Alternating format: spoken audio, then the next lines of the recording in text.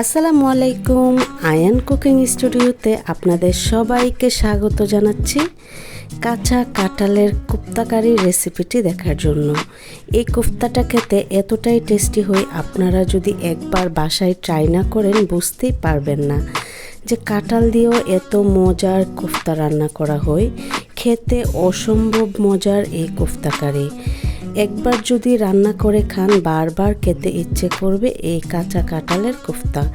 খেতে খুবই অসাধারণ। তো চলুন দেখে আসি কিভাবে রান্না করেছি। প্রথমেই কাঁঠালের খোসাটা ছাড়িয়ে নিতে হবে, আর ছাড়িয়ে কিন্তু পানিতে ভিজিয়ে রাখতে হবে। তো আমি খোসাটা ছাড়িয়ে পানিতে ভিজিয়ে রেখে খুব ভালোভাবে ক্লিন করে নিয়েছি। আর এখন আমি এটাকে ভাপ দিয়ে নেব। এর জন্য আমি ভালো করে পরিষ্কার করে প্যানে পরিমাণ মতো পানি দিয়ে হলুদ লবণ দিয়ে সিদ্ধ করে নিয়েছি।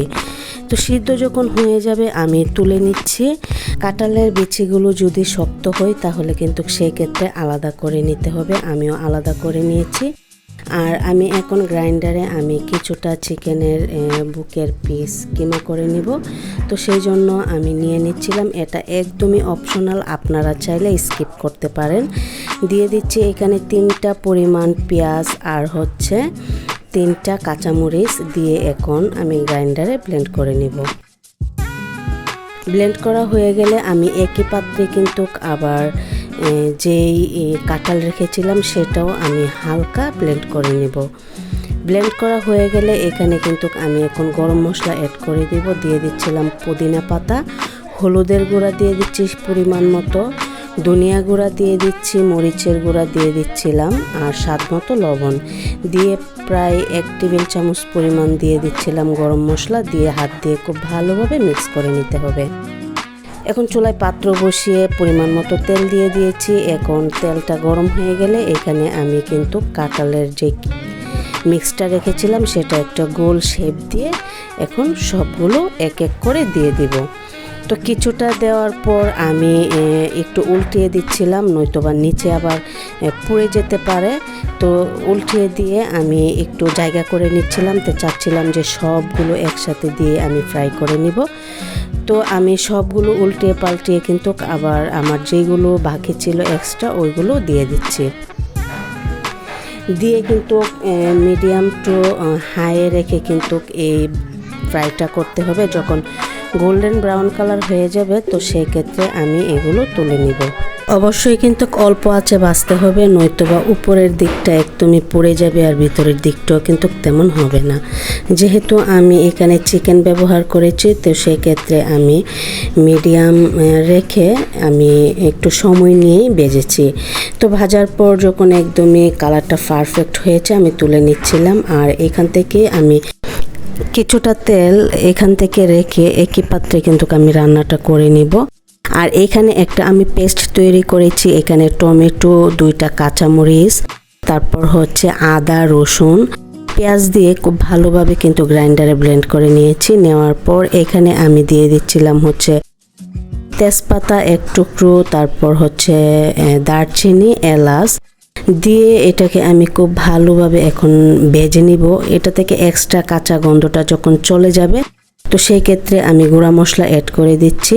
এখানে হলুদের গুঁড়া দিয়ে দিচ্ছি পরিমাণ মতো, আর ধনিয়া গুঁড়া দিয়ে দিচ্ছি পরিমাণ মতো, আর স্বাদ মতো মরিচের গুঁড়া দিয়ে লবণ দিয়ে এখন আমি মিক্স করে নিচ্ছিলাম। যেহেতু আগে আরও মশলা ইউজ করা হয়েছে সেক্ষেত্রে পরিমাণটা ঠিক রাখতে হবে। তো দিয়ে এখন আমি এখানে অ্যাড করে দিচ্ছি গরম মশলার গুঁড়া প্রায় 1/2 টেবিল চামচ থেকে একটু বেশি দিয়ে এখন অল্প করে পানি দিয়ে এই মশলাটাকে খুব ভালোভাবে কষিয়ে নিতে হবে। কষানো যখন হয়ে যাবে এখানে কিন্তু আমি ভরপুর পানি দিয়ে দিচ্ছিলাম। এই পানিটা দিয়ে কিন্তু কোফতাটা রান্না হবে, প্লাস যে পরিমাণ যে একটা মাখো মাখো গ্রেভি থাকবে সেটা এই পানি থেকেই দেখে যাবে। তো আমি দিয়ে ঢাকনা দিয়ে কিছুক্ষণ রান্না করে নিয়েছি, মানে পানিটা ফুটে ওঠা পর্যন্ত।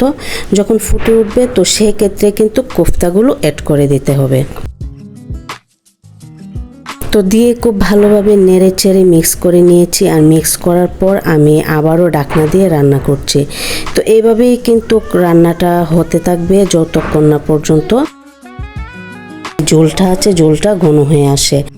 তো আমি বারবার নেড়ে দিচ্ছিলাম আর একদম লাস্ট পর্যায়ে আপনাদের দেখিয়ে দিচ্ছি যে কেমন হয়েছে কোফতাটা। মাশাল্লাহ, দেখতেই পাচ্ছেন কতটা লোভনীয় হয়েছে, খেতে কিন্তু অসম্ভব মজার এই কোফতা কারি। আপনারা যদি একবার এভাবে ট্রাই না করেন কল্পনাও করতে পারবেন না যে কাঁঠালের কোফতা কারিও এতটা টেস্টি হয়। খেতে কিন্তু একদম মাংসের মতোই লাগে। তো আপনারা অবশ্যই ট্রাই করবেন, আর যদি ট্রাই করেন অবশ্যই কমেন্ট করেন যে এভাবে যে আপনারা রান্না করেছেন কিনা। তো আজকের ভিডিওটিও আপনাদের আশা করছি ভালো লাগবে। যদি ভালো লাগে ফ্রেন্ডস ফ্যামিলির সাথে শেয়ার করবেন। ভিডিওটি যারা ফেসবুক পেজ থেকে দেখছেন প্লিজ ফলো করে দিবেন, আর যারা ইউটিউব থেকে দেখছেন প্লিজ সাবস্ক্রাইব করে দিবেন। নতুন নতুন ভিডিও পেতে আমার চ্যানেলের পাশেই থাকবেন। সবাই অনেক বেশি ভালো থাকবেন, আমাদের জন্য দোয়া করবেন। আল্লাহ হাফেজ।